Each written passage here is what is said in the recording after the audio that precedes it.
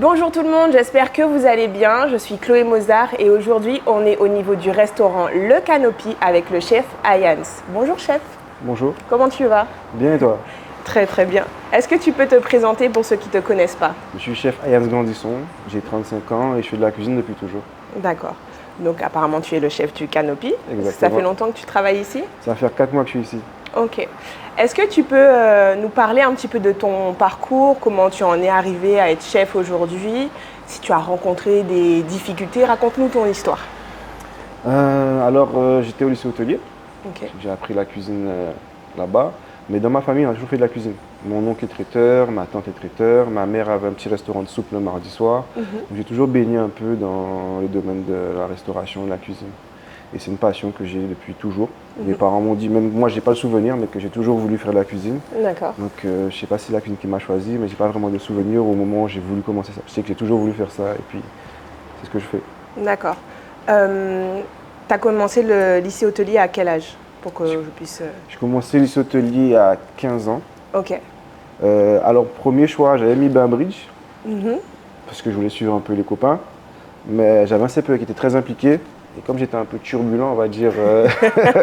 Faut nous raconter des anecdotes, hein, des turbulences. Ouais, pas de souci, parce qu'il y en a pas mal. J'ai assez turbulent et du coup, il a dit à ma mère que si je vais à Bainbridge, elle m'aurait perdu.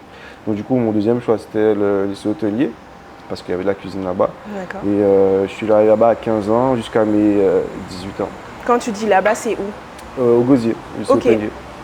D'accord, donc tu es resté principalement en Guadeloupe et tu n'as pas été en Hexagone.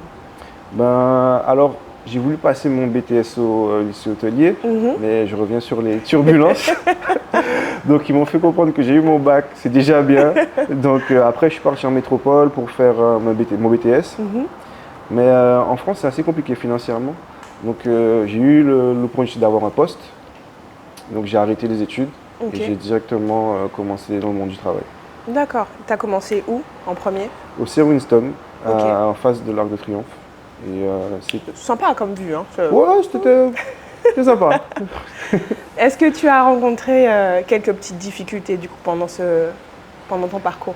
En France, c'était assez complexe parce qu'on se confronte, on va dire, au racisme. Du coup, j'ai eu des chefs qui m'ont eu des phrases assez sympas du style je suis pas raciste, mon chien il est noir. Ah oui, le chien est noir. Le chien est noir. C'est génial ça. Donc c'était assez compliqué à encaisser, puisque en fait, en Guadeloupe, on est dans notre beurre, dans notre communauté, mais quand on arrive en France, il y a plusieurs communautés qui se rencontrent, des différences de comportement, de fonctionnement. Donc c'était assez compliqué au début. Du coup, je ne suis pas resté la première fois, je suis revenu en Guadeloupe. Mais les turbulences sont revenues. On va revenir sur ces turbulences, ne vous inquiétez pas. Et du coup, comme beaucoup d'enfants, mes parents ont fait en sorte que je puisse repartir pour m'éloigner de certaines choses. Et je suis reparti en France et là c'était la bonne, je suis resté 7 ans. J'ai bougé en Alsace, dans le sud, je suis pas mal de petits coins. Et c'est une belle expérience, enrichissante. Ok, bon. Est-ce que tu veux nous parler de ces petites turbulences ou est-ce que ça reste secret? Je peux en parler, mais je n'irai pas forcément dans les détails, mais on va dire que j'ai grandi dans les quartiers, entre guillemets. On a une famille, on va dire assez modeste. Un exemple, quand j'étais petit, ma mère et moi, on était dans un studio. C'est-à-dire que je dormais sur un lit superposé, elle en bas et moi en haut. Donc c'est-à-dire que financièrement, c'était assez complexe. Elle a toujours fait ce qu'elle a pu. Mais on va dire que l'influence de ce qu'il y avait autour, j'ai habité au Rézé, à Grand-Camp, à Bois-Ripaud. Parti en France, j'étais à Sarcelles, à Saint-Denis. Donc la cuisine m'a permis de me recadrer. J'ai eu des chefs très impliqués qui m'ont appris la rigueur, le travail, le goût du travail. Donc à un moment de ma vie, j'ai fait des choix. Puisque quand on voit les autres, soit qui finissent derrière les barreaux ou décédés, malheureusement, ça fait en sorte de se remettre en question et savoir qu'est-ce qu'on veut. Parce que ma mère, comme je dis, elle a beaucoup travaillé. Elle a fait beaucoup de choses, des boulots, vente de parfums porte-à-porte, travailler un peu partout pour pouvoir me permettre d'avoir le minimum. Donc moi, mon objectif aussi, c'est qu'à la fin de ma carrière, je puisse lui rendre au moins la moitié de ce qu'elle a fait pour moi. C'est beau, c'est très très beau. Est-ce que tu peux nous parler du coup un petit peu de ta cuisine? Moi, en fait, on me pose souvent la question, c'est quoi mon style de cuisine? Ouais. En fait, j'ai pas de style de cuisine réellement. Moi, j'aime la cuisine dans son entièreté. Je suis très créatif, je suis un peu fou, on va dire. Donc, un produit, une odeur, une rencontre, ça peut me faire comment dire, travailler, cogiter et sortir une idée un peu fofolle. Donc, j'ai pas vraiment de style, de cadre. Moi, j'aime la cuisine dans son entièreté, c'est-à-dire la pâtisserie, la boulangerie, parce que la cuisine, c'est vraiment très vaste. Et aussi des nouvelles cultures. J'aime bien travailler la cuisine asiatique, la cuisine africaine, la cuisine maghrébine, puisque en France, on a pas mal bougé, rencontré pas mal de personnes. Donc, ce que j'aime dans la cuisine, justement, c'est ça. C'est que j'ai pas de cadre. Je suis pas quelqu'un qui s'enferme dans un style particulier. J'embrasse la cuisine dans son entièreté. Et est-ce que tu as un plat que tu aimes particulièrement cuisiner? Ça dépend de mes humeurs. C'est-à-dire que quand je suis, on va dire, un peu dans un mood, on va dire, un peu triste ou un peu... je suis plus pâtisserie, parce que ça demande beaucoup plus de précision, de concentration. Et quand je suis un peu plus jovial ou un peu plus dans mon délire foufou, c'est la cuisine classique, où je pars en sucette. Mais j'ai pas vraiment de... Comme j'explique, j'ai pas de choses précises. Je remets toujours en question. Toujours perpétuer l'évolution, Instagram, j'apprends les émissions. Donc je stagne pas sur un truc, je me fixe pas sur quelque chose. C'est toujours, j'ai fait, c'est validé, on passe à autre chose. Ok, ça marche.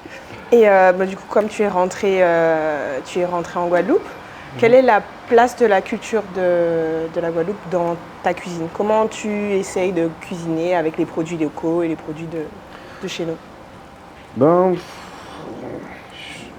Comment dire, je mets ce qui, je pense, si je pense qu'un un produit ou une technique ou une recette typique guadeloupéenne antillaise a sa place, je la mettrai. Mais comme je dis, je mets pas d'impératif à vraiment... parce que la cuisine antillaise, de base, c'est un métissage. Les Indiens, les Africains qui sont venus, les métros, il y a un mélange. Par exemple, la branda de Moro, pour nous, c'est culturel. Alors que pour les Portugais, c'est aussi culturel.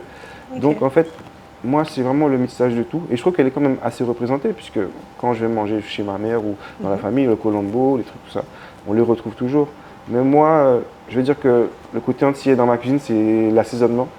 Puisque en France ou ailleurs, il n'y a pas forcément. Donc ça, c'est des choses qui sont... L'assaisonnement, c'est obligatoire pour le poisson. Des fois, on a des accords avec certains chefs qui se disent que non, le poisson, c'est le prendre, le couper et le cuire. Moi, il faut qu'il ait du citron, il faut qu'il soit mariné, puis on jette rien, des oignons, de l'ail et la coloration des viandes. Parce que les viandes, il faut que ça soit vraiment roussi, il y a une coloration. Donc, c'est ça, sur ces choses-là, je suis entier à 100% et ça ne bougera pas. Ça, c'est top. Du coup, maintenant, on va rentrer un petit peu plus dans ton univers. Au niveau de ta cuisine, c'est quoi une journée type dans ta cuisine quand tu arrives et que tu dois préparer, par exemple, le service du midi ou le service du soir?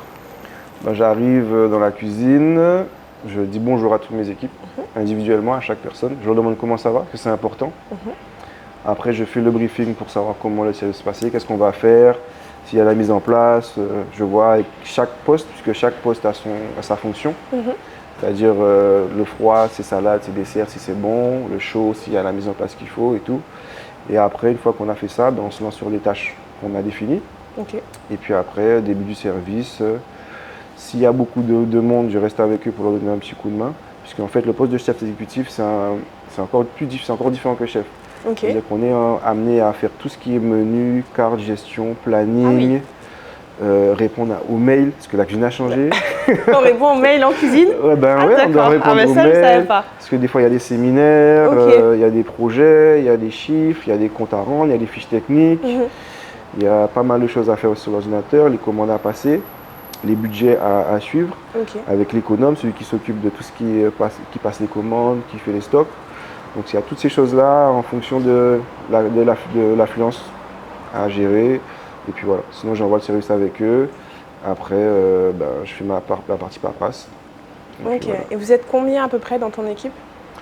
C'est fluctuant. En gros, on est à peu près 9. Ok. Mais donc il y a toi, le chef, donc c'est peut-être celui qui va diriger un peu toute ton équipe pendant le service. Le chef, c'est justement c'est mon lien direct avec la cuisine. Donc il y a le chef, après il y a le second qui est lui sur l'équipe du soir, puisque j'ai du coup mon chef qui gère l'équipe du matin et j'ai mon second qui gère l'équipe du soir. Pour faire le lien avec eux. Et moi j'essaie d'être là le matin avec eux et le soir aussi. Ok. Et est-ce que tu as un rituel. Enfin, quand je parle de rituel, c'est-à-dire que je pense on est tous un petit peu superstitieux et on a envie que tout se passe bien. Donc, est-ce que toi, tu as un rituel que tu mets en place à chaque fois ou pas du tout? Ben, le matin, je vais au sport parce que c'est un métier de pression. Parce que les gens ne s'en rendent pas compte, ils viennent, ils mangent, mais il y a beaucoup de boulot en amont. On n'a pas le droit à l'erreur. Quand par exemple, dans un autre métier, une erreur de caisse, on vient juste, on rattrape ça. Un mail envoyé sans pièce jointe, eh bien, on envoie le mec la pièce jointe. Mais nous, si on rate une cuisson, si on prend trop de temps, c'est assez complexe. Donc il y a une pression. Donc le sport, ça me permet d'évacuer, Ouais, je et de venir avec une bonne énergie. Après, je lis pas mal de livres pour tout ce qui est motivation, tout ce qui est développement personnel. Ça me permet de me remettre en question aussi, de toujours voir qu'une situation est neutre. Ouais. C'est à savoir comment on l'apprend qui va définir si c'est une bonne situation, si c'est une mauvaise situation. Et aussi le management. Donc c'est toutes ces petites choses-là que je me répète le matin. Je fais mon petit topo pour me mettre dans des bonnes conditions. On aurait dû avoir quelqu'un d'équipe pour savoir si vraiment le chef, c'est un bon chef ou si jamais c'est un tyran, on va dire ça comme ça. Je suis un peu des deux parce qu'il faut un peu des deux. Oui. Parce que culturellement en Guadeloupe et en France, c'est deux façons de manager différentes. Je trouve qu'en France, c'est beaucoup plus simple. Ok. Parce que les consignes, on les donne. Et on les suit à la lettre. On les suit à la lettre. Ok. En Guadeloupe, il faut savoir S'adapter. comment dire, comment faire, à quel moment. C'est un peu plus complexe. Ok. Mais on s'adapte. Est-ce que tu as une anecdote justement à nous partager, bonne ou mauvaise, hein, que tu as pu avoir en cuisine, que ça soit ici ou à Paris, mais quelque chose qui t'a marqué? Quelque chose qui m'a marqué. Je fais aussi du chef à domicile. Ok. J'ai une activité parallèle, chef à domicile, traiteur. Je donne aussi des cours de cuisine. D'accord. Parce que j'aime beaucoup avoir quelqu'un qui n'est pas forcément à l'aise en cuisine et le voir évoluer étape par étape. Par exemple, j'ai une stagiaire qui a gagné le trophée Babette, qui a gagné aussi des beaucoup d'or. Donc j'aime vraiment, c'est comme un entraîneur qui prend un joueur qui ne sait pas forcément faire un contrôle, une passe, et au fur et à mesure, il acquiert des capacités. Ok.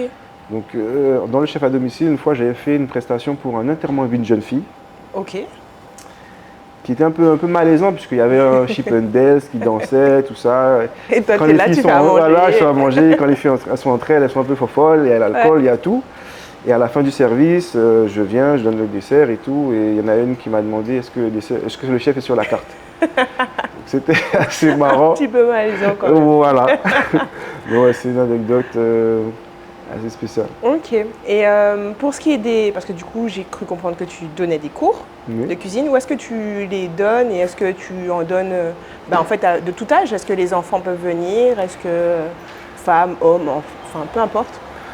C'est intéressant cette question-là puisque à un moment, j'avais du mal avec tout ce qui était la visibilité, les réseaux, toutes ces choses-là. Et j'ai rencontré Jessica Brudet qui est à Fujil. Et c'est avec elle que je fais tous les cours de cuisine et autres. Et justement, c'est quelqu'un qui m'a permis de comprendre qu'en fait, au jour d'aujourd'hui, on doit fonctionner avec tout ce qui est réseaux sociaux. Qu'il ne faut pas forcément se cacher. Il faut vraiment que les gens puissent mettre un visage sur celui qui fait. Et c'est quelqu'un qui m'a beaucoup aidé dans ce sens-là. Ok. Du coup, tu donnes des cours aux enfants. Parce que j'avais comme tu parles de Foodil, ça me rappelle une petite anecdote rapide. Parce que j'ai ma nièce je l'avais inscrite à un cours de cuisine l'été dernier. Je suis en train de me demander, ça se trouve, c'est toi qui as appris à ma nièce à cuisiner. Mais bon, bref, ça c'est l'anecdote qui ne sert strictement à rien. Petite question fun. Oui. Si tu devais cuisiner pour une célébrité, ce serait qui? C'est compliqué à choisir. Une seule, hein, Une seule. On n'a pas avoir... Bon, allez, deux. J'aimerais Thierry Henry ou Booba. Pourquoi? Parce que Thierry Henry, j'aime bien. Déjà, c'est un footballeur entier, une légende dans le foot. Ouais. Mais après, je regarde pas mal de comme je dis, Instagram, les vidéos, et sa façon de penser, très carrée, très directe, très motivante, qui, il relate aussi les faits que des fois les gens ils pensent que tu es prétentieux, mais ils confondent la prétention et la confiance en soi. C'est vrai. Je sais ce que je sais faire, donc je vais le faire. Si je dis que je suis bon, c'est parce que je sais que je suis bon, mais c'est pas dire que je suis le meilleur ou autre. C'est dire qu'on est le meilleur, c'est peut-être se motiver soi-même. Donc sa façon de penser, sont très carrés, très directs, j'apprécie beaucoup. Ok. Et Booba, ben, c'est parce que Parce que Booba, c'est quand même un personnage qui est très controversé. Assez clivant. Oui, je sais, mais sa musique déjà m'a bercé depuis tout petit. Pitbull, Petite Fille, c'est des sons qui me parlent beaucoup. C'est l'un des rappeurs que j'écoute le plus. Et je pense aussi qu'il est assez direct. C'est-à-dire que si, voilà, on n'en doute pas. Donc moi j'aime bien l'honnêteté parce que des fois la critique est constructive. Oui. Elle n'est pas forcément mauvaise. Ça permet d'évoluer, de te remettre en question. Et je pense que c'est quelqu'un, si je fais quelque chose, un plat pour lui, ben, il pourra me dire honnêtement si c'est bon, si c'est pas bon, okay. Et me dire dans quelle direction, pourquoi. C'est vrai. À son niveau, en tout cas. Bon, Thierry, Booba, si jamais vous tombez sur cette vidéo, n'hésitez pas à contacter le... Il n'y a pas de souci, avec grand plaisir. Quel conseil tu pourrais donner à un jeune qui aimerait se lancer dans la cuisine? Franchement, il y aurait plein de conseils. Ouais. Parce que c'est un métier qui est très très très dur. Donc je lui dirais vraiment de réfléchir à ce qu'il veut vraiment faire ce métier-là. Parce que les jours fériés, c'est le jour où on travaille le plus. Les horaires, des fois, souvent de la coupure. C'est-à-dire qu'on commence à 8h, on finit à 14h, 15h. On a une petite pause de 2-3 heures et on reprend à 18h30 et on finit à 22h. On travaille le dimanche, on travaille le samedi. On est debout toute la journée, dans la chaleur. Donc c'est un métier qui est assez dur. Donc c'est un métier qu'on ne peut pas faire sans passion. C'est pas un métier qu'on peut faire. On pourra le faire pour l'argent dans un cadre de cuisine où on dirait des cuisiniers qui font des petits horaires fixes. 8h, 15h, petit service, grosse équipe, ça va. C'est-à-dire que tu n'es pas là, ça ne change rien au service. Mais dans les petites équipes, chaque personne est très important. Donc c'est vraiment un métier qui demande beaucoup. Donc vraiment qu'ils sachent, c'est bien ce qu'ils veulent faire. Par contre, en contrepartie, c'est un métier où, différemment des autres, si tu es bon, tu es motivé, tu donnes de ta personne, tu vas rapidement évoluer dans les... Parce qu'on commence commis, chef de partie, commis, demi-chef de partie, chef de partie, second, chef. C'est-à-dire que si tu es bon, tu prends des responsabilités, tu sais gérer des commandes, tu es propre, tu emmagasines beaucoup d'informations, donc les recettes, tu les apprends, tu les travailles. Et bien, en très peu de temps, comme on peut le voir aujourd'hui, il y a des jeunes chefs. Oui, vraiment. Donc ces gens qui sont donnés les moyens. Donc si tu donnes les moyens, tu vas y arriver. En salaire et en statut, tu vas monter rapidement. Mais c'est un métier, il faut réfléchir avant. Parce que la famille, elle en prend un coup, le corps en prend un coup, la tête aussi, parce que c'est beaucoup mental aussi. Donc réfléchir. J'allais justement te demander comment ça se passe pour toi, pour ta vie de famille, si tu en as une, ou en tout cas ton entourage, comment ils vivent le fait que tu sois chef exécutif? Alors la vie de famille, c'est assez complexe. J'ai eu la chance de tomber sur quelqu'un qui savait déjà que j'avais cette passion-là, parce qu'elle m'a connu comme ça. Donc elle m'accompagne, elle s'occupe des enfants. Je fais mon maximum pour être là, pour l'accompagner, pour l'aider. Mais on va dire qu'elle me laisse vivre mon rêve. Parce qu'elle a un métier qui lui permet d'avoir un peu plus d'amplitude et d'être plus présente, assez fixe, avec des vacances sympathiques. Donc on arrive à jongler, même si parfois c'est assez compliqué. Et pour la famille du côté de ma mère et les autres, je pense qu'ils sont tellement contents de ce que je fais aujourd'hui qu'ils s'y font. Mais on essaie de savoir au téléphone. Pour les anniversaires, j'essaie d'être là. Et puis voilà, mais c'est une passion dévorante, ils le savent. Donc ils sont contents de me voir heureux. Est-ce que tu as un petit moment de répit quand même quand tu vas en famille? Est-ce qu'on te demande quand même de faire à manger ou c'est maman qui fait à manger? Ben non, en général, ils me demandent parfois, j'essaye, mais en fait le rapport a changé. C'est ce que je dis fois à ma mère. Elle a fait à manger pour moi toute ma vie, sans me poser de questions. Ou tous mes tantes ou mes cousins. Aujourd'hui, quand je vais manger avec eux, on me bombarde de questions, est-ce qu'on doit faire comme ça? Est-ce que c'est bon? Est-ce que je dis non, mais j'ai toujours mangé avec vous. Il n'y a pas de problème. Le riz haricot rouge, le gigot, c'est celui qu'on a mangé avant, donc c'est bon. C'est pas parce que je suis chef aujourd'hui que j'aurai une critique. Non, je suis le même petit garçon qui a grandi, qui est chef, mais j'apprécie toujours autant les repas de famille, la convivialité. Parce que la cuisine aussi, c'est ce qui m'a, la convivialité que la cuisine apporte. Mon grand-père, il avait des cochons, des poules, il les tuait. Et du coup, il les grattait, tout ça. Et on était tous ensemble pour soit gratter, soit faire le sang. Mamie faisait le sang. Donc tout le monde se réunissait et on mangeait tous ensemble. Donc moi, la cuisine aussi, c'est ça. La convivialité, de se retrouver ensemble, goûter. Tu ramènes une quiche, elle ramène un gâteau. Et puis c'est ça. Ok. Et combien de temps ça t'a pris du coup pour en gravir les gestions, si on peut dire ça comme ça? Parce que tu as dit que quand tu es motivé, que tu es concentré, tu vas vite. Mais comme on a compris qu'il y avait des turbulences un peu par là-bas, est-ce que tu as pris du temps ou est-ce que tout de suite tu t'es mis dans le bain et tu t'es dit ok, moi je veux faire ça et ça sera ça? Non, j'ai pris du temps. Parce que je suis sorti du lycée, je suis allé en France, mais ça s'est pas très bien passé. Donc j'étais dans une vie un peu parallèle où mon objectif était de faire de l'argent. Je ne voyais pas vraiment les risques ou d'autres choses, puisque dans certaines activités, on voit juste l'argent. L'argent, on n'est pas concentré sur certaines choses. Et après, j'ai un ami qui m'a, comment dire, parce que moi je faisais de la collectivité à un moment. J'ai arrêté la cuisine classique parce que j'avais une petite copine à l'époque et le matin, quand je partais, elle dormait. Quand je revenais à la coupure, elle était encore en cours. J'ai cru que tu allais dire qu'elle était encore en train de dormir. Non, quand même pas. Non. Elle était encore en cours. Et quand je repartais, on pouvait parfois se croiser. Et quand je rentrais, elle dormait. Ouais, donc, du coup, ça n'a pas tenu. Je pense que ça m'a mis un petit coup aussi. C'est les premiers amours, tout ça, on est un peu fragile. Et du coup, je me suis orienté vers la collectivité où les horaires sont simples. Donc, un petit désamour de la cuisine. Mais après, en fait, ça m'a appris à pouvoir faire 400 repas. Donc, maintenant que je suis traiteur, je peux faire des... Mais c'est ce que la collectivité m'a appris. Parce qu'il y a certains chefs qui font du gastro ou du bistronomique, ils pourront faire que des petites quantités. Alors que moi, je peux faire que ce soit des petites quantités, que ce soit des grandes quantités. Et du coup, j'ai un ami qui m'a, qui travaille dans un restaurant gastronomique, qui m'a dit de venir faire des extras de temps en temps. Et du coup, ça m'a permis aussi je travaillais tellement, parce que je faisais mon travail de collectivité, plus ce travail-là pendant mes congés, mes vacances et autres. Du coup, j'ai plus eu beaucoup de temps pour faire ce que je faisais à côté. Et ça m'a remis goût à la cuisine, tu vois. Et ce qui a pu me permettre de gravir les échelons rapidement, c'est un échec. J'ai ouvert une structure de restauration à Basse-Terre, un snack, avec des associés. L'association, c'est dangereux. Faites attention. Ne vous associez pas avec la famille, ni avec les amis. Ça ne marche pas. Enfin, pour moi, ça n'a pas marché. Donc du coup, c'est un échec. Vraiment un échec cuisant. Donc j'étais vraiment plus bas. Je suis redescendu plongeur. Je suis passé de chef à ouais, parce qu'il n'y avait pas de boulot. J'ai une famille. Il faut faire rentrer l'argent. Et j'avais décidé de rester focus sur le travail, de pas... Puisque ma compagne m'a aidé aussi à me reconcentrer, me canaliser. Donc je suis vraiment resté focus sur le travail. C'était pas très gratifiant, c'était dur pour l'orgueil, mais ça m'a permis aussi de comprendre que voilà, la vie c'est comme ça. Et c'est tellement permis de repartir. Et au fur et à mesure, j'ai travaillé dans un hôtel. Je suis devenu chef là-bas. Parce que les capacités qu'ils ont vues que je pouvais devenir, je suis devenu chef là-bas. Après, chef exécutif là-bas. Donc je gérais plusieurs restaurants. Un à Saint-Claude, un au Gosier.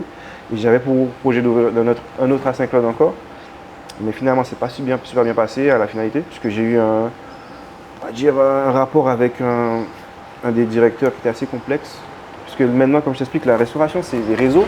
Oui, c'est vrai. C'est des événements. En Guadeloupe, les événements, c'est très important. Oui. Il n'avait pas cette vision-là. Ok. Et du coup, comme je t'explique, des fois, on pense qu'un événement, il est négatif, mais en fait, non. Je le remercie aujourd'hui parce qu'il m'a juste fait comprendre que ma place n'était pas forcément là. Et du coup, je suis venu ici et je suis très épanoui. Et puis voilà, donc c'est une bonne chose. Donc ça s'est passé par rapport à un échec, c'était le déclic, où je suis reparti de tout en bas. Pour remonter. Pour remonter très rapidement. Ça m'a pris à peu près 4 ans, mais ça va. Et maintenant que tu es à la place à laquelle tu es, comment tu te vois dans 5 ans? C'est quoi les objectifs? C'est quoi les projets? Est-ce que tu veux évoluer plus? Est-ce que tu veux changer de... Peut-être que tu veux nous quitter, hein? Tu ne veux plus rester en Guadeloupe et tu veux aller ailleurs. Donc, c'est quoi le projet d'avenir? Moi, comme je te dis, je suis un éternel insatisfait. Je me remets toujours en question. J'ai plein d'idées, j'ai plein de projets dans ma tête. J'ai des amis qui essaient de me canaliser un peu. Heureusement qu'ils sont là. Et non, dans 5 ans, comme je disais, je me vois bien à Singapour. Parce que j'aime bien la culture, la cosmo... Comment on dit? Ouais? Le côté cosmopolite. Le côté cosmopolite, tu vois. Voilà. Où en fait, la restauration, elle est vraiment métissée de ouf. Les structures sont belles. Et voyager, bouger. Parce que rencontrer des gens, ça me permet d'évoluer. Que ce soit des gens humainement. Parce que des fois, tu vois des gens qui traversent des choses de dingue et toi, tu te plains pour ton petit karma. Et tu dis, ouais, si lui, il y arrive.